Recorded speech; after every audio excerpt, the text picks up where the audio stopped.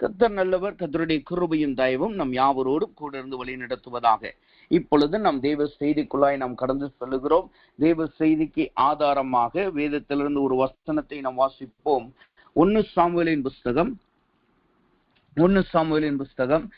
7வது அதிகாரம் 12வது வசனம். 1 சாமுவேலின் புஸ்தகம் 7வது அதிகாரம் 12வது வசனம். அந்த வசனம் எப்படியாக சொல்லுகிறது? அப்பொழுது சாமுவேல் ஒரு கல்லை எடுத்து மிஸ்பாவுக்கும் சேனுக்கும் நடுவாக நிறுத்தி, இம்மட்டும் கர்த்தர் எங்களுக்கு உதவி செய்தார் என்று சொல்லி அதற்கு எபினேசர் என்று பெயரிட்டான். இந்த வசனம், இந்த வார்த்தையானது இந்த மாதத்திலே நம்மளுக்கு தேவனால் வாக்குத்தத்த வசனமாய் தேவன் நம்மளுக்கு கொடுத்து கொண்டிருக்கிறார். அப்ப இந்த வசனத்தை இந்த மாதத்திலே தேவன் நம்மளுக்கு நிறைவேற்றி நம்மளை ஆசீர்வதித்து நம்மளை நடத்துகிறவராய் காணப்படுகிறார். அதனாலதான் இந்த வசனத்தை நம்மளுக்கு வாக்குத்தத்தமாய் தேவன் நம்மளுக்கு கொடுத்திருக்கிறார். அப்ப இந்த வசனத்தை வைத்துதான் நம்ம எல்லா கூட்டங்களிலும் தியானித்து வருகிறோம். தேவனுடைய கிருபையினாலே இதை தியானிக்க நம்மளுக்கு கர்த்தர் உதவி செய்கிறார். இதிலே கடந்த நாட்களிலே அடியான் மூலமாய் இதிலே முதல் வார்த்தை, அதாவது ஒரு வார்த்தையை குறித்து தியானித்து வருகிறோம். அது என்ன வார்த்தை என்றால், ஒரு கல் என்கிற வார்த்தையை குறித்து தியானித்து வருகிறோம். இந்த வசனத்திலே சொல்லப்படுகிறது, சாமுவேல் ஒரு கல்லை எடுத்து. அப்ப சாமுவேலின் நாட்களிலே ஒரு கல் காணப்பட்டது. அந்த கல்லின் நிமித்தமாய் அங்கு மாற்றங்கள் வந்தது என்பதை குறித்து தியானிக்க நம்மளுக்கு கர்த்தர் உதவி செய்தார். அப்ப தேவ ஜனமாய் இருக்கிற நமக்கும் ஒரு கல் அவசியமாய் காணப்படுகிறது. அந்த கல்லின் அவசியத்தை குறித்து தான் 2 குறிப்புகளை கடந்த நாட்களில் நாம் பார்த்தோம். முதலாவது, ஒரு கல் வரும் பொழுது அது சத்துருக்களை தாழ்த்த பண்ணுகிறதாய் காணப்படுகிறது என்பதை பார்க்க நம்மளுக்கு உதவி செய்தார். இந்த 1 சாமுவேலின் புஸ்தகம் 7வது அதிகாரத்தில் தான் சாமுவேல் அந்த கல்லை எடுத்து வைத்த உடனே அந்த இஸ்ரவேல் ஜனங்கள் தங்கள் சத்துருக்களை தொடர்ந்து போய் பெலிஸ்தியர்களை நிர்மூலமாக்கி அவர்களை தாழ்த்தி அவர்கள் இந்த சாமுவேல் இருக்கும் நாள் மட்டும், அந்த கல் அவர்கள் மத்தியில் இருக்கும் நாள் மட்டும் அவர்கள் எல்லை கூட வராதபடி அவர்களை துரத்தி அடித்தார்கள் என்று பார்க்க தேவன் நம்மளுக்கு உதவி செய்தார். அப்ப இந்த சாமுவேலின் இடத்துல இந்த கல் கொடுக்கப்பட்டது நிமித்தமாய் அங்கு அவன் மரிக்கும் வரைக்கும் அவனுடைய சத்துருக்கள் பெலிஸ்தியர்கள் தாழ்த்தப்பட்டார்கள், நிர்மூலமாக்கப்பட்டார்கள். அவர்களால் சாமுவேலின் எல்லை வரை கூட அவர்களால் வர முடியவில்லை. அப்ப முதலாவது இந்த கல் என்பது என்ன செய்கிறது? சத்ருவை தாழ்த்த பண்ணுகிறது அல்லது அவர்களை நிர்மூலமாக்குகிறது. 2வதாய் நாம் பார்த்தோம், இந்த ஒரு கல் என்பது என்ன செய்கிறதாம்? அது ஜீவனை தப்ப பண்ணுகிறதாய் காணப்படுகிறது. ஜீவனை தப்ப பண்ணுகிறது. ஒரு கல் என்பது முதலாவது சத்ருவை நிர்மூலமாக்குகிறதாய் காணப்படுது. 2வது, இந்த ஒரு கல் என்பது நம்முடைய ஜீவனை தப்ப பண்ணுகிறதாய் காணப்படுகிறது. எந்த வசனத்திலே பார்த்தோம்? யாத்ராமத்தின் புஸ்தகம் 4வது அதிகாரம் 25வது வசனத்திலே. அது எப்படி ஜீவனை தப்பு பண்ணுகிறதாம்? நம்முடைய ஜீவனை சீர்படுத்தி நாம் ஏற்படுத்தின உடன்படிக்கைகள், பொருத்தனைகள், தேவனுக்குள்ளா ஏற்படுத்தின பொருத்தனைகளை நாம் மறந்திருப்போம் அல்லவா? அதனால் நம்முடைய வாழ்க்கையில் காணப்பட்ட அந்த சீர்குலைச்சலை மாற்றி நம்மளை சீர்படுத்தி தேவனிடத்திலிருந்து தப்பிக்க வைக்கிறதாய் காணப்படுகிறதான் இந்த கல்லின் கிரியே காணப்படுகிறது. அப்ப 2வதாக இந்த கல் என்பது என்ன செய்கிறது? நம்முடைய ஜீவனை தப்பு பண்ணுகிறதாய் காணப்படுகிறது. அப்ப முதலாவது ஒரு கல் ஒரு மனிதனுடைய வாழ்க்கையில வந்துட்டா அது என்ன செய்கிறது? அது அவனுடைய சத்துருக்களை அவனை தாழ்த்த பண்ணுகிறது, அவனுடைய சத்துருக்களை நிர்மூலமாக்குகிறது. 2வது, அந்த கல் அவனுடைய வாழ்க்கையில் ஒரு கல் என்ன செய்கிறதாம்? அவனுடைய வாழ்க்கையை தேவனுடைய கோபாக்கினையிலிருந்து, தேவனுடைய கோபத்தின் பார்வையிலிருந்து அவனை தப்ப பண்ணுகிறதும், அவனை ஜீவனை கொடுக்கிறதும், ஜீவனை தப்ப பண்ணுகிறதுமாய் காணப்படுகிறது என்பதை பார்க்க தேவன் நம்மளுக்கு கிருபை செய்தார். 3வதாக, இன்றைக்கு இந்த அதிகாலை வேளையிலே இந்த ஒரு கல்லை குறித்து தான் நாம் 3வதாக ஒரு காரியத்தை நாம் தியானிக்க போகிறோம். அந்த வசனத்தை குறித்து நாம் வாசிக்கும் பொழுது 2 சாமுவேலின் புஸ்தகம் 5வது அதிகாரம் 7வது வசனத்தை வாசிக்கும் பொழுது அந்த வசனம் இப்படியாக சொல்லுகிறது, ஆனாலும் தாவீது சீயோன் கோட்டையை பிடித்தான், அது தாவீதின் நகரம் ஆயிற்று.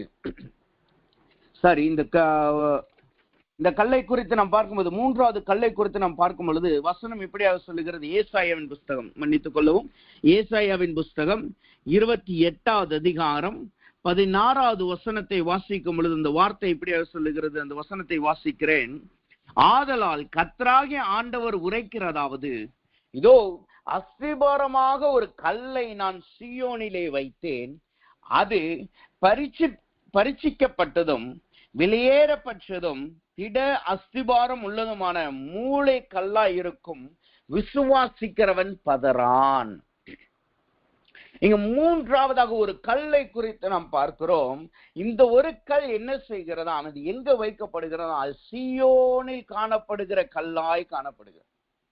முதலாவது கல் சத்ருவை தாழ்த்த பண்ணுகிறது, இரண்டாவது கல் நம்மளை சீர்படுத்துகிறது, மூன்றாவதாக இந்த ஒரு கல் என்ன செய்கிறதோ அது சீயோனில் வைக்கப்பட்ட அஸ்திபார கல்லாய் காணப்படுகிறது.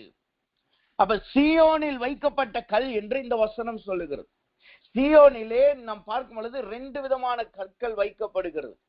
நீங்க வேதத்திலே நாம் பார்த்தோம் என்றால் 2 விதமான கற்கள் வைக்கப்படும். முதலாவது ரோமர் புஸ்தகம் 9வது அதிகாரம் 33வது வசனத்தில் வாசித்தோம் என்றால், அங்கு இடரல்களை உண்டாக்குகிற இடரலுக்கான கல் என்று சொல்லி ஒரு கல் அங்கு வைக்கப்படுகிறது. அதே போல் ஏசாயா 28:6 பார்த்தோம் என்றால் அஸ்திபார கல் என்று ஒரு கல் வைக்கப்படுகிறது. சீயோனிலேயே 2 விதமான கற்களை தேவன் அங்கு வைக்கிறதை நாம் பார்க்கலாம். அந்த கற்களை குறித்து நாம் பின்வரும் வழியில் நாம் தியானிப்போம். அப்ப இங்க வசனம் சொல்லுகிறது, இந்த ஒரு கல் எங்கு வைக்கப்படுகிறதாம், இது சீயோனில் வைக்கப்படுகிற கல்லாய் காணப்படுகிறது. முதல் கல் சத்துருக்களின் மத்தியிலே நம்மளை நிலைநிறுத்துகிற கல்லும், இரண்டாவது ஒரு கல் என்ன செய்கிறது, நம்முடைய ஜீவனிலே காணப்படுகிறதும், மூன்றாவது இந்த ஒரு கல் எங்கு காணப்படுகிறது, சீயோனில் காணப்படுகிறதாய் இருக்கிறது. நீங்க வேதத்திலே சீயோனை குறித்து நாம் தியானித்தோம் என்றால் 150 முறை சீயோன் என்கிற வார்த்தை வேதத்திலே குறிப்பிடப்பட்டிருக்கிறதை நாம் பார்க்க முடியும். ஆனால் இந்த சீயோனை குறித்து நம் வேதத்திலே நாம் பார்த்தோம் என்றால் அநேக காரியங்கள் போடப்பட்டுள்ளது. அநேக போதகர்கள், தெய்வ மனுஷர்கள் சீயோனை குறித்து அநேக சத்தியங்கள், உபதேசங்களை கற்றுக் கொடுக்கிறதா காணப்படுகிறார்கள். அவர்கள் மூலமாய் தேவன் அநேக ரகசியங்களை சீயோனை குறித்து வெளிப்படுத்தியிருக்கிறார். ஆமா, இன்றைக்கு நாம் பார்க்க இந்த சீயோனை குறித்து மேலோட்டமாய் நாம் பார்த்தோம் என்றால், சீயோனை குறித்து வசனம் இப்படியாக சொல்லுகிறது. ஒரே வசனத்திலே இந்த சீயோனுக்குரிய விளக்கம் அல்லது சீயோன் என்றால் என்ன என்று வேதம் நம்மளுக்கு கற்றுக் கொடுக்கிறதாய் காணப்படுகிறது. அது என்ன வசனம்? சங்கீதங்களின் புஸ்தகம் 87வது சங்கீதம் 2 மற்றும் 3வது வசனத்தை வாசித்தோம் என்றால், இந்த 2 வசனமும் நம்மளுக்கு சீயோனை குறித்ததான முழுமையான அர்த்தத்தை நம்மளுக்கு கற்றுக் கொடுக்கிறதாய் காணப்படுகிறது. சங்கீதங்களின் புஸ்தகம் 87வது சங்கீதம் 2 மற்றும் 3 இப்படியாக சொல்லுகிறது, கர்த்தர் யாக்கோபின் வாசஸ்தலங்கள் எல்லாவற்றை பார்க்கிலும் சீயோனில் வாசல்களில் பிரியமாயிருக்கிறார். தேவனுடைய நகரமே, உன்னை குறித்து மகிமையான விசேஷங்கள் வசனிக்கப்படும். இங்கு சீயோன் என்றால் என்ன அர்த்தம், அல்லது சீயோனை குறித்து வசனம் என்ன சொல்லுகிறது? சீயோன் என்பது என்னவா? முதலாவது, அது கர்த்தருடைய பிரியமான வாசஸ்தலம்.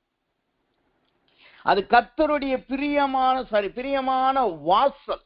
அதைத்தான் இந்த வசனம் சொல்லுது பாருங்க, சீயோனின் வாசல்களில் பிரியமாயிருக்கிறார். அப்ப சீயோன் என்பது என்ன? முதலாவது அது கர்த்தருடைய பிரியமான வாசல்.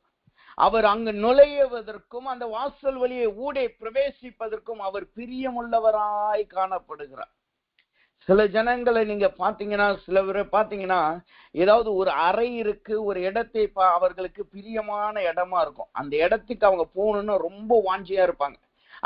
அந்த இடத்துக்கு போறதுக்கு முன்னாடி அந்த கதவுல நுழையும் போதே அவர்கள் சொல்லுவாங்க, இதுக்கு நான் எவ்வளவு நாள் காத்திருந்தேன் தெரியுமா? அல்லது சொல்லுவாங்க, இந்த இடத்துக்கு வந்தாலே எனக்கு ஒரு சந்தோஷம் காணப்படும். எப்ப எனக்கு ஏதாவது துக்கம் இருக்கு, ஏதாவது போராட்டம் இருக்குன்னா இந்த இடத்துக்கு வந்துட்டா எனக்கு ஒரு சந்தோஷம் இருக்குன்னு சொல்லுவாங்க.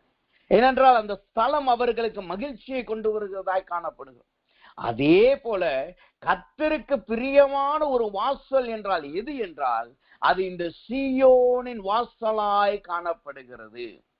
அப்ப கர்த்தர் அவருடைய சீயோன் என்பது என்னவாம்? அது கர்த்தருடைய பிரியமான வாசல். இந்த சீயோனின் வாசலை குறித்து நாம் இன்னும் ஆழமாய் தியானித்தோம் என்றால், வசனத்தை நாம் அடிக்கடி கேள்விப்பட்டிருப்போம். ஒரு வசனம் சொல்லுகிறது, அவர் வாசல் நன்றியிலிருந்து கதவை தட்டுகிறார். நீங்க அந்த வசனத்தை, அதாவது இந்த சீயோனின் வாசலை குறித்து நீங்க தியானித்தீங்கன்னா அந்த வசனத்தை ரட்சிப்பிலே கர்த்தர் கொண்டு போய் வைக்கிறதை நாம் பார்க்க முடியும். தேவ சித்தம் இருக்குமானால் ஒரு நாட்களில் அதை குறித்து தியானிக்க நம்மளுக்கு கிருபை செய்வாராக. இரண்டாவதாக, இந்த சீயோன் என்பது எதை காட்டுகிறது? சீயோன் என்பது என்னவாம்? அது யாக்கோபின் வாசஸ்தலங்களை காட்டிலும் பிரியமான வாசஸ்தலம். யாக்கோபின் வாசஸ்தலங்களை காட்டிலும் தேவன் தங்குகிற, வாசம் பண்ணுகிற அந்த வாசஸ்தலம் இருக்கல்லவா, அந்த டுவெல்லிங் பிளேஸ் இருக்கல்லவா, அந்த யாக்கோபினுடைய வாசஸ்தலங்களை காட்டிலும் தேவனுக்கு பிரியமான வாசஸ்தலம் என்னவென்றால் அது சீயோனின் வாசஸ்தலமாய் காணப்படுகிறது. அப்படின்னா என்ன அர்த்தம்? அவர் அங்கு வாசமாய் இருக்க, அவர் அங்கு காணப்படுவதற்கு அவர் வாஞ்சியுள்ளவராய், அதிலே அவருக்கு மகிழ்கிறவராய் காணப்படுகிறதாய் இருக்கிறது. மூன்றாவதாக, இந்த சீயோன் என்பது எதை காட்டுகிறது? வசனம் சொல்லுகிறது, மூன்றாவது வசனம் அதே சங்கீதம் 87:3 இப்படியாக சொல்லுகிறது, அது தேவனுடைய நகரம் என்று சொல்லி இருக்கிறது. இந்த சீயோன் என்பது மூன்றாவது என்ன? அது ஒரு நகரமாய் காணப்படுகிறது. நான்காவதாக அந்த வசனம் சொல்லுகிறது பாருங்க, உன்னை குறித்து மகிமையான விசேஷங்கள் வசனிக்கப்படும். மகிமையான விசேஷங்கள் வசனிக்கப்படுகிற ஸ்தலம்தான் அந்த சீயோன் என்கிற ஸ்தலம். இதுல ஒரு காரியத்தை நாம் பார்த்தோம் என்றால், அந்த வசனம் சொல்லுவாங்க, 2வது வசனத்துல என்ன சொல்லுகிறது? அது தேவனுக்கு பிரியமான வாசல் என்று சொல்லுது. அடுத்தது என்னதான் மாறுது? அந்த வாசல் வாசஸ்தலமாய் மாறுது. அந்த வாசஸ்தலம் அடுத்து என்னவாய் மாறுகிறது? நகரமாய் மாறுகிறதாய் காணப்படுகிறது. அப்ப சீயோன் என்பது என்னவாம்? அது தேவனுக்கு பிரியமாய் இருக்கிற ஒரு நகரம், தேவனால் உருவாக்கப்படுகிற ஒரு நகரம். அங்க பாருங்க, படிப்படியாய போகுது. அது வாசலாய் மாறுகிறது. ஃபர்ஸ்ட் அது முதலாவது ஒரு டோர், அந்த ஒரு சாதாரண டோர். அடுத்து என்னவாய் மாறுகிறது? அது ஒரு வாசஸ்தலமாய் தங்குகிற ஒரு அறையாய் மாறுகிறது. அந்த அறை அடுத்து என்னவாய் மாறுகிறது? அது ஒரு பெரிய நகரமாய் மாறுகிறது. அப்படின்னா என்ன அர்த்தம்? தேவன் எந்த இடத்துல வாசம் பண்ணுகிறாரோ, யார் மீது அவர் பிரியம் வைக்கிறாரோ, அதை தேவன் ஒரு நகரமாய் கர்த்தர் மாற்றுகிறார். அப்ப இன்றைக்கு அதிகாலை வேளையிலே தேவ சமூகத்துல வந்திருக்கிற நம்மளை நோக்கி கர்த்தருடைய வார்த்தை என்ன சொல்லுகிறது என்றால், தேவன் நம்மீது பிரியமாய் இருக்கிறபடியினால், நீங்கள் வாசலாய் இருந்தாலும் சரி, நீங்கள் வாசஸ்தலமாய் இருந்தாலும் சரி, அவர் உங்களை ஒரு நகரமாய் மாற்ற வல்லவராய் காணப்படுகிறார். அவர் உங்களை ஒரு நகரமாய் மாற்ற அவர் வல்லவராய் காணப்படுகிறார். ஒரு வாசல்ல பிரியமாய் இருந்தார், அந்த வாசல் என்பது வாசஸ்தலமாய் மாற்றினார், அந்த வாசஸ்தலத்தை நகரமாய் மாற்றினார். அப்ப யோசித்து பாருங்க, ஒரு சாதாரண வாசல்ல அவர் பிரியமாய் வைத்திருந்தாலே அதை ஒரு நகரமாய் மாற்ற முடியும் என்றால், அவருடைய சாயலிலே, அவருடைய ரூபத்திலே உருவாக்கப்பட்டு, அவருடைய இரத்தத்தினால் கழுவப்பட்டு, அவருடைய ரட்சிப்பை பெற்று மீட்கப்பட்ட நம்மீது அவர் பிரியமாய் இருக்கும் பொழுது என்ன நடக்கும்? அது நம்மளை பெருக பண்ணுகிறதும் நம்மளை பெரிய நகரமாய் மாற்றுகிறதாய் காணப்படுகிறது. அது நகரத்தோடு கர்த்தர் நிறுத்துகிறதல்ல, நம்மளை பெரிய தேசமாய் அவர் மாற்றுகிறவராய் காணப்படுகிறார். இதைத்தான் ஆபிரகாம் வாழ்க்கையில கர்த்தர் செய்தார்.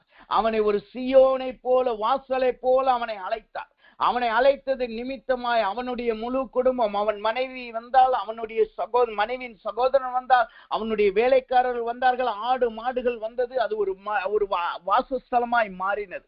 பிற்காலத்தில் அது என்னவாய் மாறினது? அந்த ஒரு வாசஸ்தலம் ஒரு பெரிய நகரத்தை போல இஸ்ரவேல் தேசம் என்கிற தேசமாய், இஸ்ரவேல் ஜனம், அதாவது யாக்கோபின் சந்ததியாய் மாறினது. அந்த யாக்கோபின் சந்ததி பிற்காலத்தில் என்னவாய் மாறினது? அவர்கள் பலுகி பெருகி ஒரு தேசமாய் மாற்றினார்கள். அப்போ ஒரு மனிதனை கொண்டு தேவன் ஒரு தேசத்தை உருவாக்க அவர் பிரியம் இருந்தால் போதும் அல்லவா? அதே போல இன்றைக்கு அதிகாலை வேளையிலே தேவன் நம் மீது பிரியமாய் இருக்கிறபடியினால், அவர் நம்மளை இந்த ஜெபத்திற்கு அழைத்து கொண்டு வந்திருக்கிறபடினால், நம்மளுடைய வழிகள், நம்மளுடைய வாழ்க்கை வாசலாய் இருந்தாலும் சரி, வாசஸ்தலமாய் இருந்தாலும் சரி, அது ஒரு சின்ன நகரத்தை போல இருந்தாலும் சரி, அவர் நம்மளுடைய வாழ்க்கையை ஒரு தேசமாய் மாற்ற வல்லவராய் காணப்படுகிறார். அப்ப தேவ சமூகத்துல வந்திருக்கிற நாம், என் வாழ்க்கை எப்படி இப்படி போய் கொண்டிருக்கு, ஏன் என் வாழ்க்கை இப்படி போயிருக்கு, எனக்கு ஒண்ணுமே இல்லாம இருக்கு, தேவ சமூகத்துல வந்துட்டேன் ஆனாலும் எனக்கு ஒண்ணும் இல்லை, எனக்கு ஒரு பெருக்கம் இல்லை, ஒரு ஆசீர்வாதம் இல்லை என்று புலம்புகிறவர்களாய் யோசிக்கிறவர்களாய் காணப்பட்டோம் என்றால், இன்றைக்கு கர்த்தர் சொல்லுகிறார், சீயோனின் வாசலை ஒரு நகரமாய் மாற்ற முடியும் என்றால், ஆபிரகாம் என்கிற ஒரு மனிதனை ஒரு தேசமாய் மாற்ற முடியும் என்றால், உங்களை அழைத்த வல்லவராய் இருக்கிற நாம் உங்களையும் பெரிதாய் பெருக பண்ணுகிறவராயும் உங்களையும் மாற்ற வல்லவராய் அவர் காணப்படுகிறார்.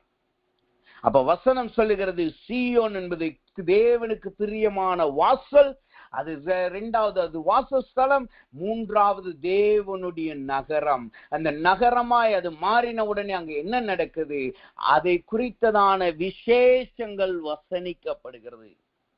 அப்படின்னா என்ன அர்த்தம், அவர்கள் தேவன் அங்கு தங்குகிறபடியினால், தேவன் அதில் பிரியமாயிருந்த நகரமாய் மாற்றுகிறபடினால் அந்த ஸ்தலத்தை குறித்ததான பாடல்கள் பாடப்படுகிறது, அந்த ஸ்தலத்தை குறித்ததான விசேஷமான வார்த்தைகள் வசனிக்கப்படுகிறது, அந்த ஸ்தலத்தினுடைய மகிமை கீர்த்தி எல்லாம் அங்கு இருக்கிற சுற்றி இருக்கிற எல்லா இடத்துக்கும் பரவுகிறதாய் காணப்படுகிறது. இதுதான் தேவனுடைய சீயோன் என்று அழைக்கப்படுது. இதுதான் சீயோனுக்குரிய உண்மையா, அதாவது மூல அல்லது முக்கியமான அர்த்தமாய் காணப்படுகிறது. அநேக அர்த்தங்கள் வேதத்தில் இருக்கு, அதுல மிக முக்கியமான அர்த்தம் இதுதான். சீயோன் என்பது கர்த்தருக்கு பிரியமான வாசல், அது இரண்டாவது அவருடைய வாசஸ்தலம், மூன்றாவது அவருடைய நகரம், நான்காவது அந்த நகரமானது விசேஷங்களினால் வசனிக்கப்படுகிறதாய் காணப்படுகிறது. அப்ப இப்படிப்பட்ட சீயோனில் தான் அவர் ஒரு கல்லை வைக்கிறவராய் காணப்படுகிறார். ஆனா இந்த கல்லை குறித்து தியானிப்பதற்கு முன்பாக இந்த சீயோனை குறித்து நாம் தியானிக்கிறபடியினால், முதலாவது தேவ சமூகத்துல வந்திருக்கிற நாம் கல் வருவதற்கு முன்பாக இந்த சீயோனை நாம் பிடிக்கிறவர்களாய் நாம் காணப்பட வேண்டும். ஒரு கல் ஒரு இடத்துல வைக்கப்படணும். இப்போ ஒரு கல் இருக்கு, அது சென்னையில வைக்கப்படுகிறது என்றால், அது நாம அந்த இடத்தை நம்மளுக்கு எடுத்துக்கொண்டால் மாத்திரமே நமக்கென்று அந்த கல் அங்கு வைக்கப்படும். இல்லை என்றால் அந்த கல் மற்றவர்களுக்காய் வைக்கப்படுகிறதாய் காணப்படுது.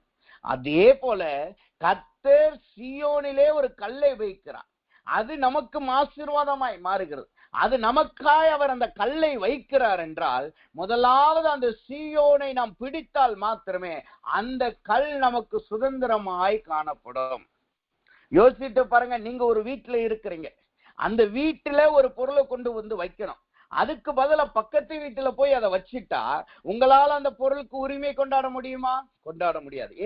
ஏனென்றால் அந்த பக்கத்து வீட்டுக்காரர்கள் சொல்வார்கள், இந்த பொருள் என்னுடைய வீட்டில கொண்டு வந்து கொடுக்கப்பட்டபடினால் இது என்னுடைய பொருள் என்று சொல்லுவார்கள். அதனால வசனம் என்ன சொல்லுகிறது, சீயோனிலே கல் வைக்கப்படுகிறது, ஆனால் அந்த கல்லை நாம் பெற்றுக்கொள்ள வேண்டும் என்றால், அந்த ஒரு கல் நம்முடைய வாழ்க்கையிலே நாம் பெற்றுக்கொள்ள வேண்டும் என்றால், முதலாவது சீயோனை பிடிக்கிறவர்களாய் காணப்பட வேண்டும். அதைத்தான் வசனமும் நம்மளுக்கு கற்றுக் கொடுக்கிறதாய் காணப்படுகிறது. இந்த 2 சாமுவேலின் புஸ்தகம் 5வது அதிகாரத்திலே நாம் வாசித்தோம் என்றால், அந்த வசனம் இப்படியாக சொல்லுகிறது. 2 சாமுவேலின் புஸ்தகம் 5வது அதிகாரம் அந்த 4வது வசனத்திலிருந்து 4 மற்றும் 5வது வசனத்திலே நாம் வாசித்தோம் என்றால், 3வது வசனத்திலிருந்து வாசித்தோம் என்றால், அந்த வசனம் இப்படியாக சொல்லுகிறது. இஸ்ரவேல் மூப்பர் எல்லாரும் எப்ரோனின் ராஜாவின் இடத்தில் வந்தார்கள்.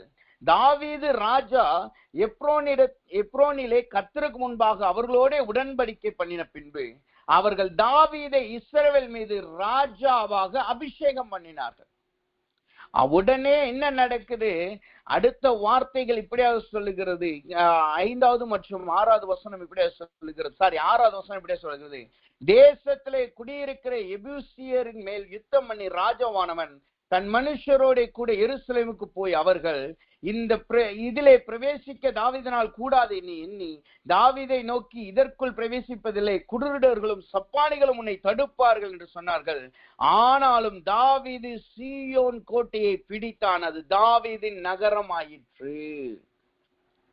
என்ன நடக்கிறது? வேதம் நம்மளுக்கு என்ன கற்றுக் கொடுக்கிறது? சீயோனிலே வைக்கப்படுகிற கல் நம்மளுடைய வாழ்க்கையிலே வர வேண்டும் என்றால் முதலாவது நாம் சீயோனை பிடிக்கிறவர்களாய் காணப்படணும். அது எப்போ பிடிக்கணுமா? அபிஷேகிக்கப்பட்ட அடுத்த நொடி பொழுதே நாம் சீயோனை பிடிக்கிறவர்களாய் காணப்பட வேண்டும். இங்க வசனம் சொல்லுகிறது, தாவீதை அங்கு ராஜாவாய் அபிஷேகம் பண்ணினார்கள். தாவீது ராஜாவை அபிஷேகம் பண்ண அடுத்த நொடி பொழுது அவன் அடுத்ததா என்ன செய்கிறான்? அவன் சீயோனின் கோட்டையை பிடிக்கிறவனாய் காணப்பட்டான். அவனுக்கு தெரியும் அங்கு ஒரு கல் வைக்கப்பட்டுள்ளது. அவனுக்கு தெரியும் ஒரு அஸ்திபாரம் அங்கு வைக்கப்பட்டுள்ளது. அந்த அஸ்திபாரம் எனக்கு வேண்டும் என்றால், அந்த என்னுடைய வாழ்க்கை ஒரு அஸ்திபாரத்திலே கட்டப்பட வேண்டும் என்றால் அதற்கு எனக்கு முதலாவது சீயோன் வேண்டும் என்பதை அவன் உணர்ந்தவனாய் அவன் வேறு எங்கும் போகவில்லை. அவன் போயின பகுதி என்பது என்ன? அது சீயோனின் கோட்டையை பிடிக்கிறவனாய் காணப்பட்டான். இப்ப யோசித்து பாருங்க, தேவ சமூகத்துல வந்திருக்கிற நாம் தேவனிடத்திலிருந்து அபிஷேகத்தை பெற்றிருக்கிறோம், அந்நிய பாஷை அடையாளத்தை பெற்றிருக்கிறோம், தேவனுடைய வரங்களை பெற்றிருக்கிறோம். ஆனா இவ்வளவு அபிஷேகத்தையும் வரங்களையும் அடையாளங்களையும் பெற்று நாம் எத்தனை நம்முடைய வாழ்க்கையில என்னைக்கு நாம் சீயோனின் கோட்டையை பிடித்திருக்கிறோம்? நாம் என்ன நினைக்கிறோம்? சீயோன் என்பது பரலோக ராஜ்யம், அது நமக்கு நம் மரித்த பின்பு கொடுக்கப்படுகிறது என்பதை நினைக்கிறோம். ஆனால் வேதம் சொல்லுகிறது, பூமியிலும் ஒரு சீயோன் இருக்கிறது, பரலோக ராஜ்யத்திலும் ஒரு சீயோன் இருக்கிறது. பூமியிலே ஜீவிக்கிற நாளிலே நாம் சீயோனின் கோட்டையை பிடிக்க வேண்டும். பிற்பாடு நாம் மரிக்கும் பொழுது அந்த பரலோக ராஜ்யத்தில் வைக்கப்பட்டுள்ள அடையாளமாகிய சீயோனிலே நாம் வாசம் பண்ணுவோம். அப்ப வேத வசனம் சொல்லுகிறது, அபிஷேகிக்கப்பட்ட நாள் முதற்கொண்டு நாம் சீயோனை பிடிக்கிறவர்களாய் நாம் காணப்பட வேண்டும். அப்ப தேவ சமூகத்துல வந்திருக்கிற நாம் அபிஷேகிக்கப்பட்டு எத்தனை நாள் ஆயிருக்கிறது? அபிஷேகிக்கப்பட்டு எவ்வளவு நாட்கள் ஆயிருச்சு. ஆனா இது நாள் வரைக்கும் சீயோனை நம்முடைய வாழ்க்கையில நாம் பிடித்திருக்கிறோமா? நாம் தேவனுடைய நகரமாகிய சீயோனை பிடித்திருக்கிறோமா என்பதை நாம் நிதானித்து பார்ப்போமாக. இங்க வசனம் சொல்லுது, தாவீது அபிஷேகிக்கப்பட்டான். அபிஷேகிக்கப்பட்ட உடனே அவன் போய் சீயோனின் கோட்டையை பிடிச்சான். அவன் வசனம் சொல்லுது பாருங்க, சீயோனின் கோட்டையை பிடிச்ச உடனே என்ன நடக்குது? அது தாவீதின் நகரமாயிருச்சு. அது தாவீதின் நகரமாய் விட்டது. அதற்கு முன்பாக அந்த சீயோன் என்பது எங்கு காணப்படுகிறது? அது எபூசியர் வாசம் பண்ணுகிற ஸ்தலமாய் காணப்பட்டு இருக்கிறது. ஆனா உடனே அது என்னவாய் மாறுகிறது? தாவீதின் நகரமாகிறது. இந்த எபூசியரை குறித்து நாம் பார்க்கும் பொழுது அது பின்பகுதியிலே பார்ப்போம். அது மேலோட்டமாய் நாம் பார்த்தோம் என்றால், இந்த எபூசியர் இடத்திலே சீயோன் இருக்குன்னா என்ன அர்த்தம்? அது சத்துருவின் இடத்துல இருக்கிறது. அதை நாம் சத்துருவின் இடத்திலிருந்து பிடுங்கிக் கொள்ள வேண்டும். இதைத்தான் இயேசுவானவரும் கற்றுக் கொடுத்தார். அவர் மனிதனாய் வந்து நம்முடைய ஜனங்களை ரட்சிக்கிறார் என்றால் என்ன அர்த்தம்? அவர் பிசாசின் பிடியில் இருந்த ஜனங்களை அவர் ரட்சித்து அவர்களிடத்திலிருந்து பிடுங்கிக் கொள்ளுகிறவராய் காணப்பட்டார். அப்ப தேவ சமூகத்துல வந்திருக்கிற நாம், இந்த அதிகாலை வேளையில தேவ சமூகத்துல வந்திருக்கிற நாம், நமக்கு ஒரு கல் அவசியமா இருக்கு. அது உண்மைதான். அந்த கல் சீயோனில் இருக்கு, அதுவும் உண்மைதான். ஆனால் சீயோனில் இருக்கிற அந்த கல்லை நாம் பெற்றுக்கொள்ள வேண்டும் என்றால் முதலாவது நாம் சீயோனை பிடிக்கிறவர்களாய் காணப்பட வேண்டும்.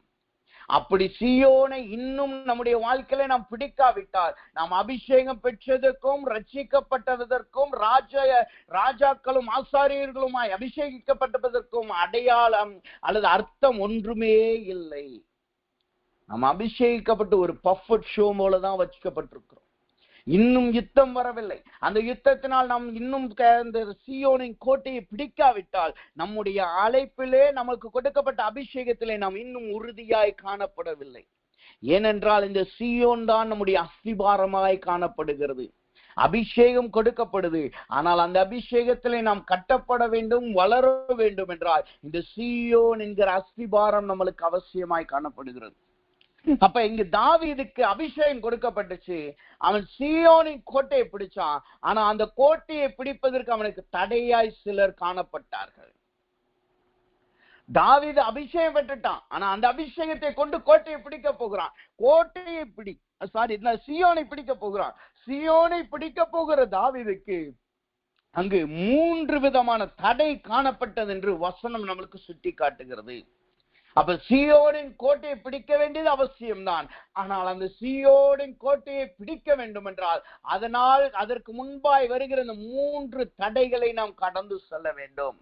அப்ப இன்றைக்கு அதிகாலை ஜெபத்திற்கு வந்திருக்கிற நமக்கு கர்த்தர் இன்றைக்கு இந்த அதிகாலை வேளையில இந்த 3 தடைகளை நம்முடைய வாழ்க்கையிலிருந்து மாற்ற போகிறார். அதனால் நாம் சீயோனை பிடிக்க போகிறோம். அதனால் சீயோனில் வைக்கப்படுகிற கல்லை நாம் சுதந்திரித்துக் கொள்ள போகிறோம். அப்ப இங்கு தாவீது சீயோனை பிடிப்பதற்கு 3 தடைகள் காணப்பட்டது என்று சொன்னேன். என்னென்ன தடைகள் காணப்பட்டது? வசனம் இப்படியா சொல்லுகிறது. 6வது வசனம் சொல்லுது, தேசத்திலே குடியிருக்கிற எபூசியர் மேல் யுத்தம் பண்ண ராஜாவானவன் தன் மனுஷரோட எருசலேமுக்கு போனான்.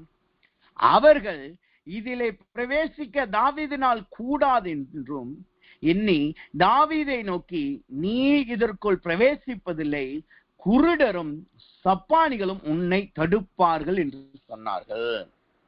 இங்க 3 கூட்டத்தாரை நாம் பார்க்கிறோம்.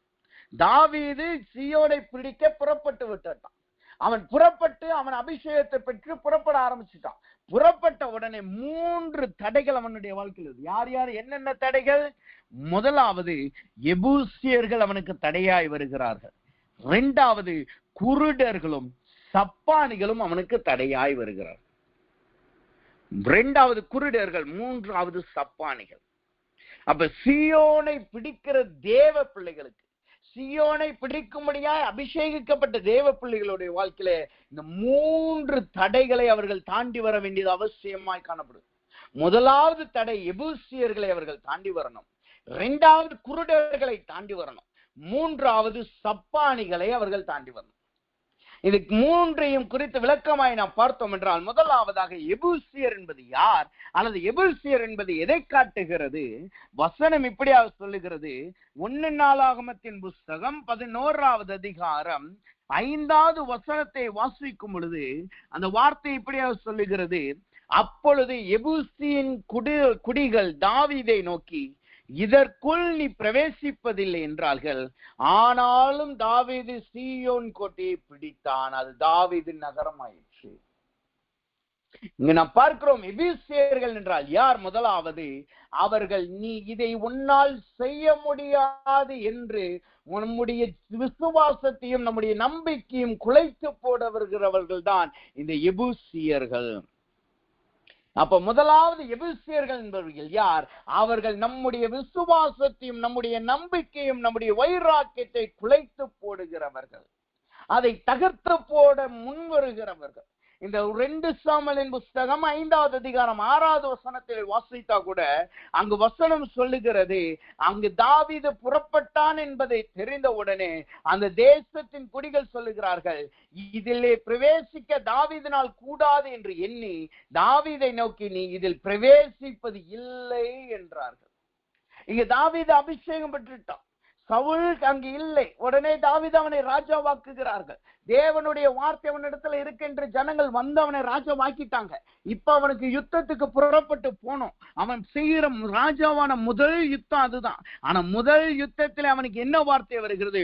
உன்னால் இது கூடாது, உன்னால் இதிலே பிரவேசிக்க முடியாது, உனக்கெல்லாம் சீயோன் கோட்டை கிடையாது, உனக்கெல்லாம் சீயோன் கிடையாது, உன்னால் தேவனுடைய கல்லை பெற்றுக்கொள்ள முடியாது, உனக்கு ஒரு அஸ்திபாரம் இல்லை என்று சொல்லுகிறவர்கள் தான் இந்த எபூசியர்கள். இந்த எபூசியர்கள் நம்முடைய வாழ்க்கையில இருந்தா என்ன சொல்லுவாங்க தெரியுமா? உன்னால உன் வாழ்க்கையில என்னைக்குமே நீ நிலைச்சு நிற்க முடியாது. என்னைக்கு நீ பார்த்தாலும் இந்த பதறிலே காற்றிலே அடிக்கப்படுகிற பதரை போல் நீ காணப்படுவாய். உனக்கென்று நிலைவரமான ஸ்தலம் இருக்காது. உன்னை கொண்டு கர்த்தரால் எதையும் செய்ய முடியாது. நீ அபிஷேகம் பெற்றதே வேஸ்ட் என்று சொல்லுகிறவர்கள் தான் இந்த எபூசியர்கள். அவர்கள் இந்த மனதை கரைய பண்ணுகிறவர்கள், அவர்கள் மனதை நொறுக்குகிறவர்கள், நம்மளிடத்தில் இருக்கிற வைராக்கியத்தையும் கொஞ்சம் பலனையும் அவர்கள் நொறுக்கிறவர்கள் தான் இந்த எபூசியர்கள்.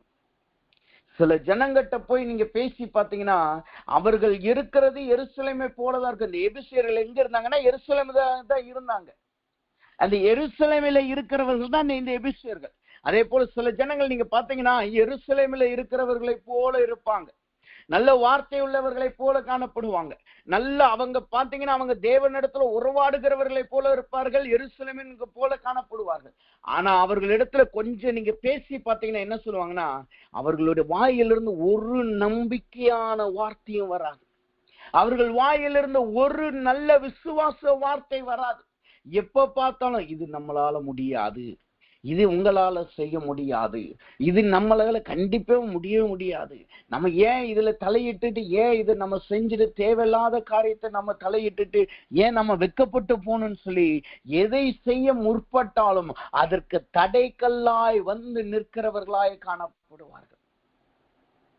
அவர்கள் அந்த ஊழியத்தையும் செய்ய விட மாட்டார்கள். அவர்களுக்கும் அதை செய்வதற்கு திராணி இருக்காது. அவர்களும் அதை செய்யவும் மாட்டார்கள். அதை செய்கிறவர்களையும் அதை அவர்கள் தடை செய்கிறவர்களாய் காணப்படுவார்கள். அவர்கள் வாயிலிருந்து எப்ப பார்த்தாலும் நெகட்டிவான வார்த்தை, அவர்கள் வாயிலிருந்து எப்ப பார்த்தாலும் அவர்கள் தூஷண வார்த்தை, அதாவது அந்த முடியாது என்கிற வார்த்தையை தான் புறப்பட்டு வரும்.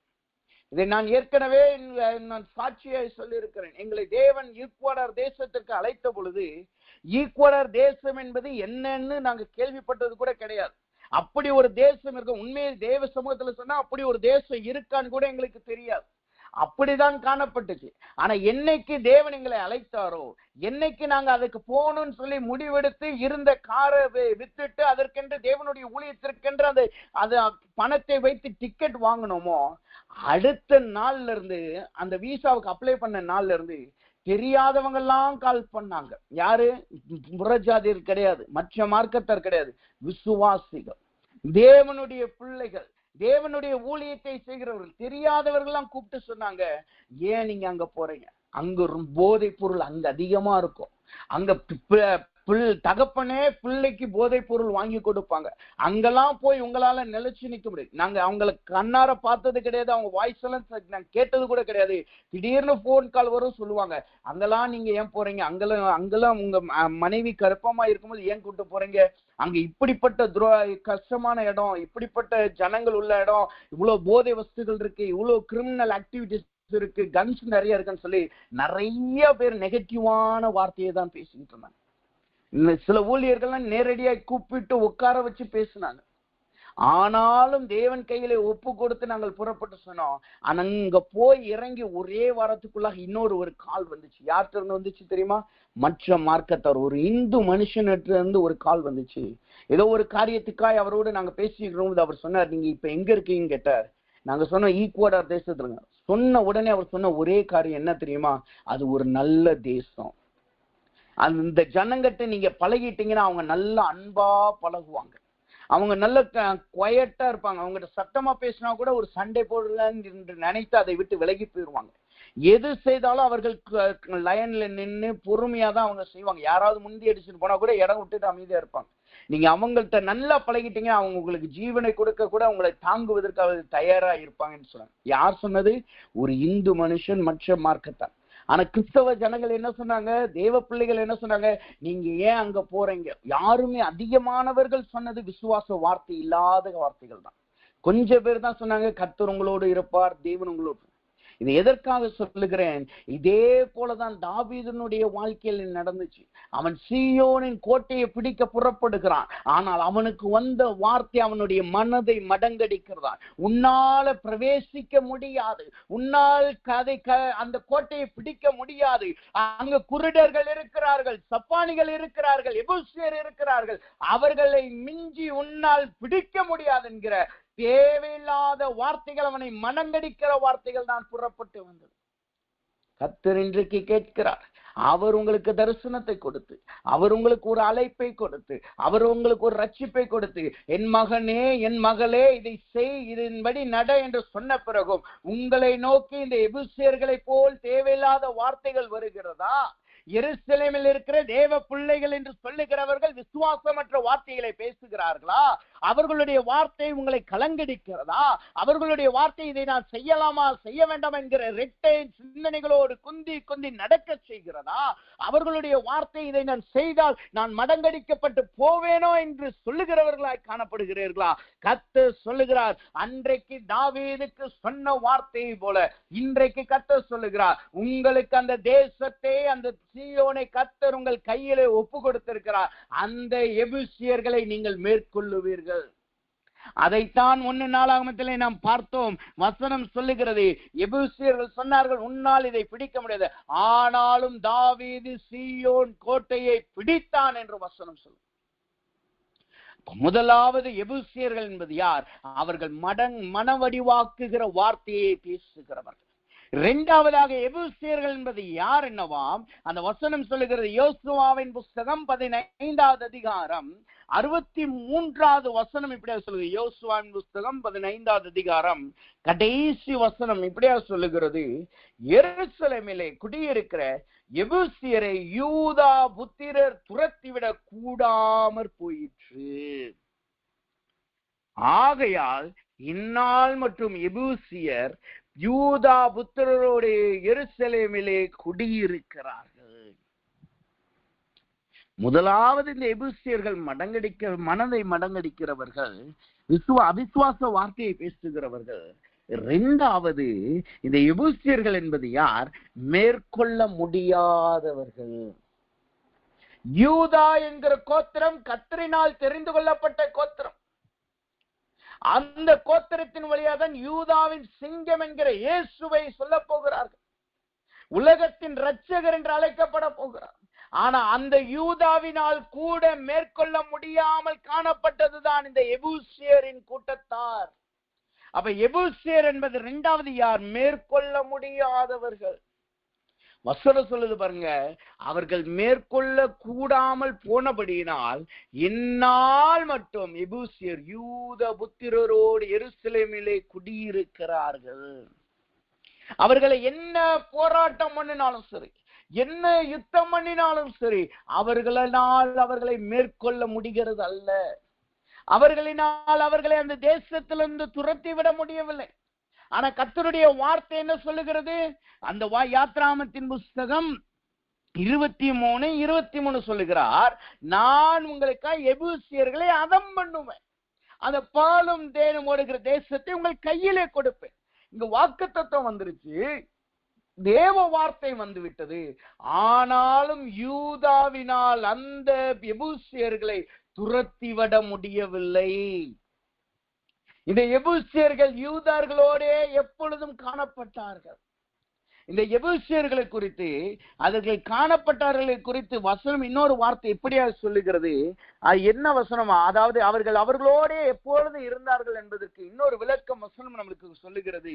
எஸ்ராவின் புஸ்தகம் 9வது அதிகாரம் 1வது வசனத்தை வாசிக்கும் பொழுது அந்த வசனம் எப்படியா சொல்லுகிறது, இவைகள் செய்து முடித்த பின்பு என்னிடத்தில் சேர்ந்து இஸ்ரவேல் ஜனங்கள் ஆசாரியர் லேவியருமாகிய இவர்கள் கானானியர், எத்தியர், எபூசியர், அம்மோனியர், மோவாபியர், எகிப்தியர், அமோரியர் என்னும் இந்த தேசங்களின் ஜனங்களுக்கும் அவர்களுடைய அருவருப்புகளுக்கும் விலகி இருக்கவில்லை. இந்த எபூசியர்கள் யூதர்களிடத்திலே காணப்பட்டார்கள், அல்லது எபூசியர்களை யூதர்களால் துரத்திவிட முடியவில்லை என்றால் என்ன அர்த்தமாம்? அந்த அருவருப்புகளிலே இவர்கள் பங்குள்ளவர்களாய் காணப்பட்டிருக்கிறார்கள். அந்த அருவருப்புகள் அவர்கள் ஜீவியத்திலே காணப்பட்டிருக்கிறது. அவர்களால் அந்த அருவருப்புகளை அவர்களை எடுத்து போட முடியவில்லை. எபூசியர்கள் என்பது எதை காட்டுகிறது? அருவருப்பை காட்டுகிறது. எடுத்து போட முடியாத பாவத்தை காட்டுகிறது. விட்டு விலக முடியாத பாவத்தை காட்டுகிறது. விட்டு விலக முடியாத துர்குணத்தை காட்டுகிறது. விட்டு விலக முடியாத தேவனால் அருவருக்கப்படுகிற காரியத்தை காட்டுகிறது. தேவ சமூகத்திலே வந்திருக்கிற நாம் இன்றைக்கு கர்த்தர் நம்முடைய வாழ்க்கையை பார்த்து கேட்கிறார், உங்க வாழ்க்கையில எதை உங்களால் விட முடியவில்லை? கோபத்தை விட முடியவில்லையா? துர்க்குணத்தை விட முடியவில்லையா? பாவத்தை விட முடியலையா? அல்லது ரகசிய பாவத்தை விட முடியவில்லையா? அல்லது ஏதோ ஒரு காரியத்திற்கு அடிமையாய் அந்த அடிமைத்தனத்தை உங்களால் விட முடியலையா? அப்படி என்றால் அவர்கள் அந்த காரியம் உங்க வாழ்க்கையில எபூசியரை போல காணப்படுகிறது. என்ன நடக்குது? யூதர்கள் எல்லாரையும் அப்படியே துரத்திட்டு வர்றாங்க. இஸ்ரவேல் ஜனங்கள் எல்லாரும் துரத்திட்டு வர்றாங்க அந்த கானான் தேசத்துல இருந்து. இந்த எபூசியரை துரத்த முடியலைன்ன உடனே அவர்கள் என்ன செய்யறாங்க? அவர்களோடையே இருந்துட்டாங்க. எபூசியரை துரத்த முடியவில்லை என்று தெரிஞ்ச உடனே அவர்களோடு அப்படியே பாசிஃபை பண்ணி, சரிப்பா நீ எங்களுக்காக வேலை செய்ய, நீ எங்களோடையே தங்கிருன்னு சொல்லி அவர்களோடு ஒரு அக்ரிமெண்ட்டுக்குள்ள வந்துட்டாங்க. இன்றைக்கு கிறிஸ்தவம் தேவ ஜனமும் இப்படிதான் காணப்படுகிறார்கள்.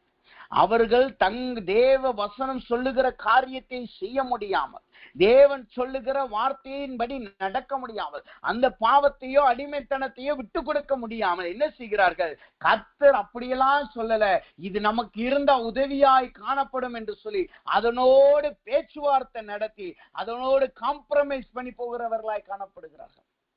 ஒன்றை நாம் புரிந்து கொள்ள வேண்டும். கர்த்தர் துரத்து என்றால் துரத்தி விட வேண்டும். கர்த்தர் விட்டு விலகி என்றால் விலகிவிட வேண்டும். கர்த்தர் அதை உங்களோடு இருக்கணும் சொன்னா மாத்திரமே அது நம்மளோடு காணப்பட வேண்டும். இல்லை என்றால் என்ன நடக்கும் தெரியுமா? சவுலின் வாழ்க்கையில நடந்ததுதான் நம்மளுக்கு நடக்கும். சவுல் இஸ்ரவேல் ஜனங்களுடைய முதல் ராஜா. அவன் சிறு கோத்திரத்திலிருந்து பெரிய ராஜாவாய் அழைக்கப்பட்டவன். அவன் ராஜாவாய் அபிஷேகிக்கப்பட்டவன். சகல ஜனங்களையும் நடத்தும்படி கழுதையை தேடிக்கொண்டிருந்தவன் சகல ஜனங்களை நடத்துகிறவனாய் மாறினான். ஆனா அவன் வாழ்க்கையில என்ன நடந்துச்சு? இந்த எபூசியர்கள் இந்த யூதர்கள் எபூசியர்களுக்கு இடம் கொடுத்தது போல சவுல் அவன் சங்கரிக்க வேண்டிய ராஜாவை அவன் அங்கீகரித்தபடினான். அந்த கொளுத்த ஆடுகளையும் அந்த ஆடுகளை தேவனுக்கு பலி செலுத்த வேண்டும் என்று எடுத்துக்கொண்டு வைத்தபடினால் அவனிடத்திலிருந்து அந்த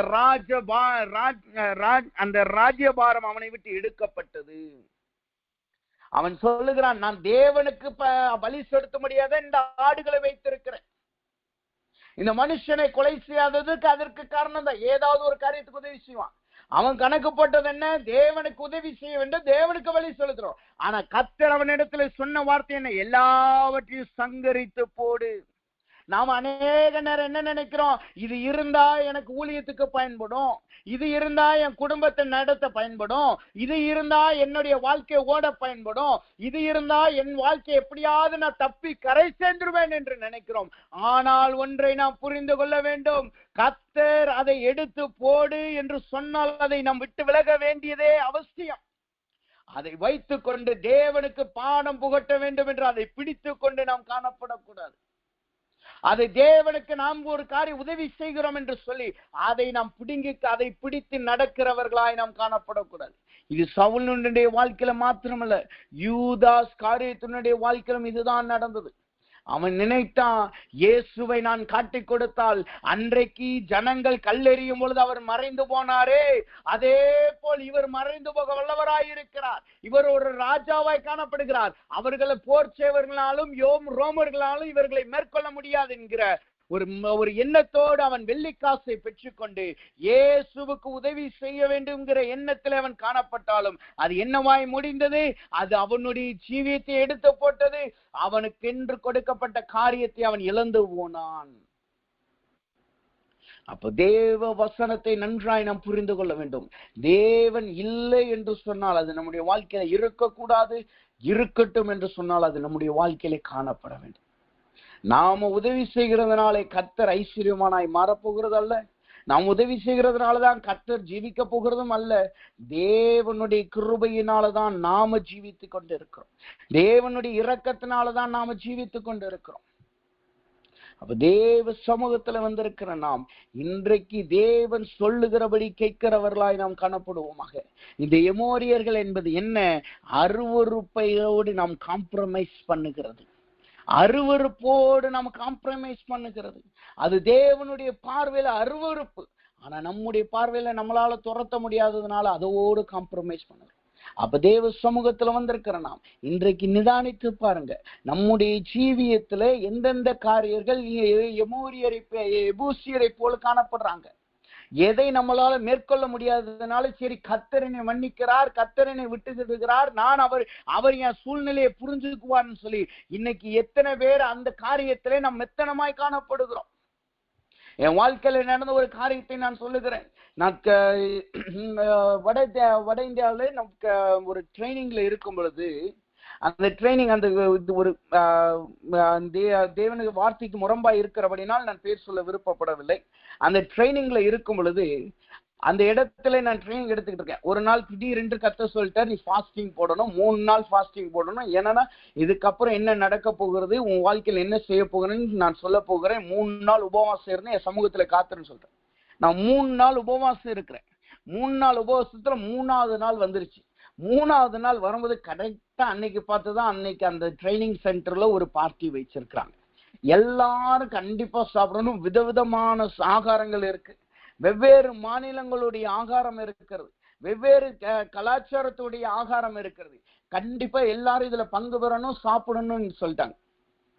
3 நாள் உபவாசம், 3வது நாள் கர்த்தர் சொல்லிட்டாரு, 3வது நாள் கண்டிப்பா இருக்கு. 3 நாள் இருந்து 3வது நாள் முடிய போற தருவாயத்துல இப்படிப்பட்ட ஒரு வார்த்தை வந்த உடனே நான் சொல்லிட்டேன், சரி தெய்வ சமூகத்துல வைத்து ஜெபிக்க ஆரம்பித்தேன். தேவன் சொன்னார், நீ எடுக்க பண்ணின பொருத்தனையிலே உறுதியா இரண்டு கர்த்தர் சொன்னார். சரின்னு சொல்லி அந்த ஓட்டத்துல பொறுமையா ஓடும்னு சொல்லி உறுதியாய் நான் இன்றைக்கு இருந்தேன். அன்னைக்கு நடந்த அந்த ஃபங்க்ஷனுக்கும் நான் போல. அவருக்கு எனக்கு கொடுக்கப்பட்ட அறையிலே, அதாவது என்னுடைய ரூம்ல நான் தங்கி இருந்து ஜெபிச்சுக்கிட்டே இருந்தேன். திடீர்னு ஏதோ ஒரு காரியத்துக்காக, அதாவது என்னுடைய பொருள் ஏதோ ஒண்ணுக்கு அந்த அவசியமா இருந்தபடினால் அதை வாங்குறதுக்காக அந்த ஃபங்க்ஷன் நடக்கிற ஹால்ல இருக்கிற ஃப்ரெண்ட்ஸை பார்க்க போயிருந்தேன். அந்த பொருள் வாங்கணும்னு சொல்லிட்டு, அந்த பொருள் கண்டிப்பா வேணும்னு சொல்லி கேட்க போயிருந்தேன், எங்க வைக்கிறாங்க. அப்ப கேட்க போற நேரத்துல கரெக்டா அங்க போற உள்ள நுழையிற ஆகாரம் எல்லாருக்கும் பகிரப்படுது. வெவ்வேறு ஆகாரங்கள் இருக்கு, வெவ்வேறு நல்ல நல்ல ஆகாரங்கள் இருக்கு. எல்லாரும் உட்கார்ந்து சாப்பிட்டுக்கிட்டு இருக்காங்க. அப்படி நான் நடந்து போகும்போது, சரி சாப்பிடக்கூடாதுங்கிற உறுதியா இருக்கிறோமே, விசுவாசத்துல இருக்கோமே, ஃபாஸ்டிங்ல இருக்கோமே, உறுதியா இருப்போம்னு சொல்லி அதை அப்படியே ஸ்தோத்திரம் சொல்லிட்டு நம்ம நடந்து போய் என் ஃப்ரெண்ட்ஸ்கிட்ட பொருளை வாங்கிட்டு எங்க இருக்குன்னு கேட்டுட்டு அப்படியே நடந்து வர்றேன். ரிட்டர்ன் வரும்பொழுது ஒருத்தர் என் கையை பிடிச்சார். அதிகமா என்கிட்ட அவர் பேசினது கிடையாது. திடீர்னு கையை பிடிச்சிட்டு கூப்பிட்டாரு. என்னன்னு கேட்டாரு. என்ன பிரதர்ன்னு கேட்க உடனே அவர் சொன்னாரு, இன்னும் சாப்பிட்டீங்களா? சாப்பிடலன்னு. இல்லை சாப்பிடல, நான் ஒரு அவசியமா நான் போகணும்னு சொன்னேன். உடனே சொன்னார், இல்லை உட்காருங்க, கண்டிப்பா நீங்க சாப்பிட்டாங்கணும். நான் அதிகமா உங்ககிட்ட பேசுறது இல்லை, ஆனா இன்னைக்கு திடீர்னு நீங்க நான் உன்னை பார்த்துட்டேன், நீ சாப்பிட்டே ஆகணும்னு சொன்னாரு. என்னை விட சீனியர் வேற. ஆனா நான் உட்கார்ந்துட்டு சொன்னேன், கண்டிப்பா சாப்பிட முடியாது பிரதர், நான் அவசியமா போகணும். திரும்பி அவர் வற்புறுத்தின உடனே உண்மையை சொல்லிட்டேன், இன்னைக்கு உபவாசத்துல இருக்கேன், ஃபாஸ்டிங்ல இருக்கேன், அதனால நான் சாப்பிட முடியாது. உடனே அவர் என்ன சொன்னார் தெரியுமா? 5 இட்லி சாப்பிடுற இடத்துல 2 இட்லி சாப்பிடலன்னா அது ஒரு ஃபாஸ்டிங் சொன்னார். நீங்க தினமும் 5 இட்லி சாப்பிடுறீங்க, அதுக்கு பதிலா 3 இட்லி சாப்பிட்டு ஜெபிச்சா அது ஒரு உபவாசம் சொன்னார். உங்க நிலைமையை கர்த்தர் புரிஞ்சுக்கிறார். அவர் அப்படியே சொன்னார், நம்ம இருக்கிற சூழ்நிலையை கர்த்தர் புரிஞ்சுக்குவார். அதனால இன்னைக்கு ஃபங்க்ஷன்ங்கிறது கர்த்தருக்கு நல்லா தெரியும். அதனால இன்னைக்கு சாப்பிட்டுட்டு இந்த ஒரு நேரத்தை அடுத்த நேரத்துக்கு மாத்திக்கோங்க. இப்ப சாயங்காலம் சாப்பிட்டீங்களா, காலையில உபவாசம் இருந்தா உபவாசத்தை முடிச்சிருங்கன்னு சொன்னார். இன்றைக்கு அநேக தேவ பிள்ளைகளுடைய வாழ்க்கை இதுதான். காம்ப்ரமைஸ் பண்ணுகிறது. ஒரு காரியத்தை செய்ய முடியாவிட்டால் அதிலே காம்ப்ரமைஸ் பண்ணுகிறோம். என்னால் இதை முடியலன்னு தெரிஞ்சவுடன் என்ன செய்கிறோம்? அதிலே காம்ப்ரமைஸ் பண்ணி தேவனுடைய சூழ்நிலையை புரிஞ்சுக்குவார், தேவனின் நிலைமையை அறிந்து கொள்ளுவார், தேவன் எனக்காய் உதவி செய்ய வல்லவராய் இருக்கிறார் என்பதை அதை விட்டு அப்படி வஞ்சிக்கப்பட்டு நாம் தேவனுக்கு கொடுத்த பொருத்தனையிலே உடன்படிக்கையை முறிக்கிறவர்களாய் காணப்படுகிறோம். ஒரு காரியத்தை நாம் நன்றாய் புரிந்து கொள்ள வேண்டும். கர்த்தர் நம்மை நேசிக்கிறார், நம்முடைய சூழ்நிலையை நன்றாய் புரிந்திருக்கிறார். ஆனாலும் தேவன் அதை வழியே இப்படிதான் போகணும் என்று கர்த்தர் சொன்னால் அதிலே நாம் நடக்க தைரியமாய் நடக்கும் பொழுது அவைகளிலிருந்து நம்மளை தப்புவிக்க வல்லவராய் காணப்படுகிறார். தேவனுக்கு தெரியும் அங்கு சிங்கம் இருக்கென்று. தேவனுக்கு தெரியும் தானியேல் ஜெபித்தால் அவன் சிங்க கொலைகையில போடப்படுவான். தேவனுக்கு தெரியும் அங்க சிங்கத்து கோயில போட்டப்பட்ட அவன் மரித்து போவான். ஆனாலும் அந்த பாதையிலே தானியேலை கர்த்தர் அவனை அனுமதித்தார். தானியேல் அவனுக்கு கொடுக்கப்பட்ட பாதையிலே உறுதியா இருந்தான். அதனால் என்ன நடந்தது? நேபுகாத்நேச்சார் என்கிற தேவனுடைய ஆலயத்தை அழித்த அந்த மனுஷன் தேவனை புகழுகிறவனாய் மாறினான். நீங்க காம்ப்ரமைஸ் பண்ணாம தேவன் கொடுத்த ஓட்டத்துல, தேவன் வைத்த பாதையிலே, தேவன் கொடுத்த தரிசனத்திலே, தேவன் கொடுத்த வழிநடத்தல ஓடி பாருங்க. உங்களுடைய வாழ்க்கை அநேக சத்துருக்களை தேவன் பக்கமாய் திருப்போம். உங்க வாழ்க்கை அநேக புறஜாதிகளை தேவன் பக்கமாய் திருப்போம். நீங்கள் அநேகருக்கு வழியும் வாசல்களை உண்டு பண்ணுகிறவர்களாய் காணப்படுவீர்கள். ஆனால் அதற்கு முதலாவது என்ன தேவை? காம்ப்ரமைஸ் பண்ணுகிற ஆவி நம்மளை விட்டு எடுபட்டு போகணும். இன்றைக்கு இந்த வசனத்தை கேட்கிற உங்களுக்கு தேவ வார்த்தை சொல்லுகிறது என்ன தெரியுமா? இனி ஒரு நாட்கள் அநேக காரியத்திலே காம்ப்ரமைஸ் பண்ணுவாங்க. இன்னைக்கு ஓரினை சேர்க்கையிலே நிறைய பேர் காம்ப்ரமைஸ் பண்ணுகிறாங்க. நிறைய சபைகள் இன்றைக்கு ஓரினை சேர்க்கையை அங்கீகரிக்குது. வேதம் தெளிவாய் சொல்லுகிறது, சோதோமிலே ஓரினை சேர்க்கை இருந்தது. ஆண் புணர்ச்சிக்காரன் பரலோகத்தில் பிரவேசிப்பதில்லை என்று வெளிப்படுத்தல் சொல்லுது. ஆனாலும் வேத வசனத்தை மாற்றி திரித்து, அவர்கள் தேவனுடைய வார்த்தையை மாற்றி திரித்து, உலகத்தோடு காம்ப்ரமைஸ் பண்ணி அநேக சபைகள் ஓரினை சேர்க்கைக்கு திருமணம் செய்து வைக்கிறதும் அதை அங்கீகரிக்கிறதும் ஓரினை சேர்க்கை போதகர்களாய் காணப்படுகிறார்கள். ஒரு வீடியோவை பார்த்தேன். அந்த சபை பேர் என்ன தெரியுமா? அது ஓரினை சேர்க்கையின் சபை பேரே, சபை பேரே. அதுக்கு பாஸ்டர் யாருன்னா, அவர் ஒரு கே, அவர் ஒரு ஓரினை சேர்க்கை பாஸ்டர் காணப்படுறார். அவர் திருமணம் பண்ணியிருக்க இன்னொரு ஆணை திருமணம் பண்ணிருக்கார். அவர்தான் தேவனுடைய பலிபீடத்திலிருந்து பிரசங்கம் பண்ணுகிறவராய் காணப்படுறார். அவர் சொல்றாரு, தேவன் நம்மளை நல்லா தெரிஞ்சிருக்கிறார், அவர் தான் நம்மளை உருவாக்குனார், அவர் தான் நம்முடைய எண்ணத்தை கொடுத்தார். அப்படிப்பட்ட தேவன் நாம ஓரினை சேர்க்கல இருக்கோம்னு அவர் தெரியாம இருக்குமா? தெரிஞ்சு அவர் நம்மளை மன்னிக்கிறவராய் இருக்கிறார், அவர் நம்மளை அங்கீகரிக்கிறவராய் இருக்கிறான்னு சொல்லி வேதத்தை புரட்டி பேசுகிறவராய் காணப்பட்டார். இது நான் பார்த்த வீடியோ, உண்மைக்கு நடக்கிற காரியம், கனடா தேசத்துல நடக்கிற காரியம். அப்ப யோசித்து பாருங்க, கடைசி காலத்திலே நாம் வாழுகிறோம். நாம் காம்ப்ரமைஸ் பண்ணுகிற அநேக காரியங்கள் வரும். பொருளாதாரத்துல காம்ப்ரமைஸ் பண்ண வேண்டியது இருக்கும், உலகத்தோடு காம்ப்ரமைஸ் பண்ண வேண்டியது இருக்கும், பாவத்தோடு ஒத்து போக வேண்டியது இருக்கும், சத்துருக்களோடு பாவிகளோடு ஒத்து போக வேண்டியது இருக்கும். இங்கு நாம் ஒன்றை புரிந்து கொள்ள வேண்டும், பாவிகளையும் சத்துருக்களையும் நேசிக்கணும் தான் கர்த்தர் சொல்லி கொடுத்திருக்கிறார். அவர்களோடு பங்கு இருக்க வேண்டும் என்று வசனம் நம்மளுக்கு சொல்லிக் கொடுக்கவில்லை. அப்படின்னா என்ன அர்த்தம்? அவர்களை நாம் நேசிக்கணும், அவர்களை தேவன் பக்கம் நடத்தணும். ஆனால் அதிலே நாம் பங்குள்ளவர்களாய் காணப்படக்கூடாது. அதிலே நாம் காம்ப்ரமைஸ் பண்ணி அதை நாம் செய்கிறவர்களாய் நாம் காணப்படக்கூடாது. ஓரினை சேர்க்கையில் இருக்கிறவர்களை நாம் நேசிக்கணும், அவர்களுக்கு தேவன் வழியை காட்டணும். ஆனா அவர்களை தேவன் அங்கீகரிக்க, அவர்கள் சபைக்கு வராங்கன்னு சொல்லி நம்மளும் ஓரினை சேர்க்கையிலையோ, நம்மளும் அந்த மறைமுக பாவத்திலும் அருவருப்பான காரியத்திலே நாம் செயல்படக்கூடாது. அதுதான் வேதம் கற்றுக் கொடுக்கிறது. அப்ப தேவ சமூகத்துல வந்திருக்கிற நாம் இன்றைக்கு நம்முடைய வாழ்க்கையை நிதானித்து பார்ப்போமாக. நாம் எந்த காரியத்திலே காம்ப்ரமைஸ் பண்ணுகிறோம்? பிள்ளைகளின் நிமித்தமாய் ஊழியத்துல ஏதாவது காம்ப்ரமைஸ் பண்ணுகிறோமா? பிள்ளைகள் நிமித்தமாய், குடும்பத்தின் நிமித்தமாய் தேவ வசனத்துல எந்தெந்த காரியத்துல காம்ப்ரமைஸ் பண்ணுகிறோம்? இன்றைக்கு கர்த்தர் சொல்லுகிறார், அந்த காம்ப்ரமைஸ் ஜீவியத்தை விட்டு விடுங்க. எதிலே தேவனுக்கென்ற உறுதியா நில்லுங்க. எமோரியர்கள் உங்களால் துரத்த முடியலையா? கர்த்தருடைய அபிஷேகத்தை பெற்றுக்கொள்ளுங்க. அவர்கள் அபிஷேகம் உங்களிடத்துல இருந்தால் அந்த எபூசியரை உங்களால் துரத்த முடியும். வசனம் சொல்லுது, யோசுவாவின் புஸ்தகத்துல சொல்லுது, யூதர்கள் எபூசியரை துரத்த முடியாதபடினால் அவர்களோடு இணைந்து வாழ்ந்தார்கள். ஆனால் தாவீது என்கிற தேவ மனுஷன் அபிஷேகத்தை பெற்றபடினால் எபூசியர்கள் சொன்னார்கள், உங்களால் நுழைய முடியாது. ஆனாலும் அவைகளில் நுழைந்து அவனுக்கென்று அந்த கோட்டையை அவன் பிடித்தான். அப்ப இன்றைக்கு தேவ சமூகத்துல வந்திருக்கிற நாம் இப்பொழுது தேவ சமூகத்துல கேட்க போகிறோம், அந்த கோட்டையை பிடிக்க வேண்டிய அபிஷேகம் நம்மளுக்கு வேண்டும். அந்த எபூசியரை மேற்கொள்ள வேண்டிய அபிஷேகம் நம்மளுக்கு அவசியமாய் காணப்படுகிறது. அந்த எபூசியர்கள் நம்மளை மடங்கடிக்க நினைப்பார்கள், நம்முடைய மனதை மடங்கடிப்பார்கள். அவர்கள் நம்மளுடைய பலத்தினால் யுத்தம் பண்ணும் பொழுது அவர்களை நம்மளால் மேற்கொள்ள முடியாது. ஆனால் இன்றைக்கு அந்த அபிஷேகத்தை நீங்கள் பெற்றுக் கொண்டீர்கள் என்றால் அந்த கோட்டையை உங்களால் பிடிக்க முடியும். ஒரே ஒரு வசனத்தை வாசித்து நாம் ஜெபிப்போமாக. 1 நாளாகமத்தின் புஸ்தகம் 11வது அதிகாரம் 5வது வசனத்தை மீண்டும் ஒரு வாசிக்கிறேன். 1 நாளாகமத்தின் புஸ்தகம் 11வது அதிகாரம் 5வது வசனம் இப்படியா சொல்லுகிறது, எபூசின் குடிகள் தாவீதை நோக்கி இதற்குள் பிரவேசிப்பதில்லை என்றார்கள்.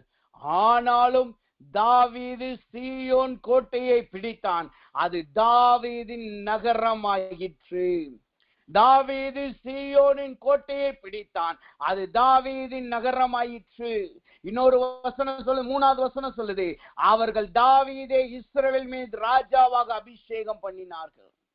அப்ப நீங்க எபூசியரை மேற்கொள்ள வேண்டும் என்றால் இன்றைக்கு தேவன் நம்மளுக்கு அந்த அபிஷேகத்தை கர்த்தர் கொடுக்கிறார். அந்த ராஜரீக அபிஷேகத்தை கர்த்தர் கொடுக்கிறார். அந்த தாவீதை மேற்கொண்டது போல இன்றைக்கு நம்முடைய வாழ்க்கையிலே நம்மளை மடங்கடிக்க நினைக்கிறவர்கள், தங்களுடைய வார்த்தையினால் மடங்கடிக்க நினைக்கிறவர்கள், நம்முடைய வாழ்க்கையிலே சோர்வை கொண்டு வருகிறவர்கள், ஜெப வாழ்க்கையில் சோர்வை கொண்டு வருகிறவர்கள், ஊழியத்திலே சோர்வை கொண்டவர்களை நாம் மேற்கொள்ள போகிறோம். இதுவரைக்கும் நம்மளால் மேற்கொள்ள முடியாத அந்த அருவருப்பான காரியத்தை காரியத்தை, காம்ப்ரமைஸ் பண்ணின காரியத்தை இன்றைக்கு தேவ சமூகத்தில் நாம் மேற்கொள்ள போகிறோம். அதற்கு முதலாவது கர்த்தருடைய அபிஷேகம் நம்மளுக்கு தேவை. எல்லோரும் கண்களை மூடுவோமா? தேவ சமூகத்துல வந்திருக்கிற நாம், ஆண்டவரே எனக்கு தாவீதுக்கு கொடுத்த அபிஷேகத்தை எனக்கு கொடுங்க என்று சொல்லுங்க. அந்த அபிஷேகம் வந்துட்டா போதும், உங்களால் எபூசியரை மேற்கொள்ள முடியும். இதுவரை மேற்கொள்ள முடியாதது இன்றைக்கு தேவன் உங்களுக்கு மேற்கொள்ள உதவி செய்ய போகிறார். இந்த வார்த்தையை தேவன் உங்களுக்கு வாக்குத்தத்தமாய் கொடுத்திருக்கிறார். இந்த மாதத்துக்கு வாக்குத்தத்தமாய் கொடுத்திருக்கிறார். என்ன அர்த்தம்? இந்த மாதம் முழுவதும் உங்கள் எபூசியர்களை நீங்கள் மேற்கொள்ள போகிறீர்கள். இதுவரைக்கும் மேற்கொள்ள முடியாத அருவருப்புகள், இதுவரைக்கும் மேற்கொள்ள முடியாத பாவங்கள், இதுவரைக்கும் மேற்கொள்ள முடியாத அடிமைத்தனங்கள், இதுவரைக்கும் மேற்கொள்ள முடியாத மனிதர்கள், இதுவரைக்கும் மேற்கொள்ள முடியாத சத்துருவின் கிரியைகள் தேவன் இன்றைக்கு மேற்கொள்ள கர்த்தர் உதவி செய்ய போகிறார். உங்கள் பிள்ளைகள் மாட்டிக்கொண்டார்களா? உங்கள் குடும்பம் மாட்டிக்கொண்டதா? இன்றைக்கு அவைகளை நீங்கள் மேற்கொள்ள போகிறீர்கள். நீங்கள் விடுதலை பெற்றவர்களாய் மாறப் போகிறீர்கள். நாம் ஜெபிப்போம்.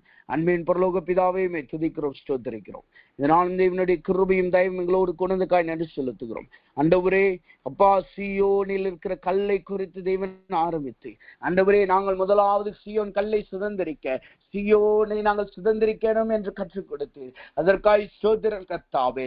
சீயோனை சுதந்திரிப்பதற்கு முன்பாக, சீயோனை பெற்றுக் கொள்வதற்கு முன்பாக எங்களுக்கு இருக்கிற தடையாகிய எபூசியரை நாங்கள் மேற்கொள்ள தேவன் இன்றைக்கு கற்றுக் கொடுத்தீர்.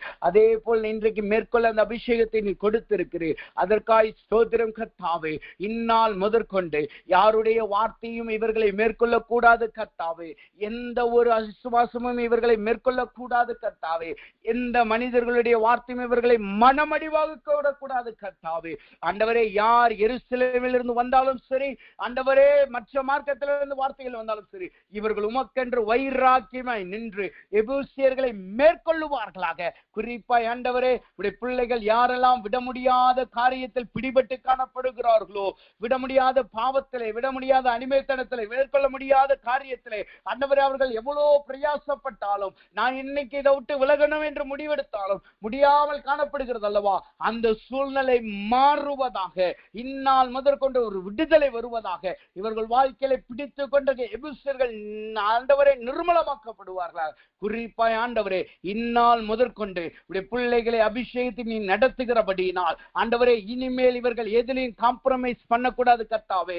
கர்த்தர் சொல்லுகிறதிலே நிலைத்து நிற்கவும், கர்த்தர் விட சொல்லுகிறதை விடுவதற்கும் இவர்களுக்கு பலத்தை கொடுப்பீராக.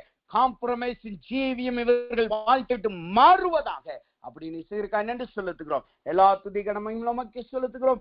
இயேசுவின் நாமத்தில் ஜெபிக்கிறோம் நல்ல பிதாவே. ஆமேன், ஆமேன்.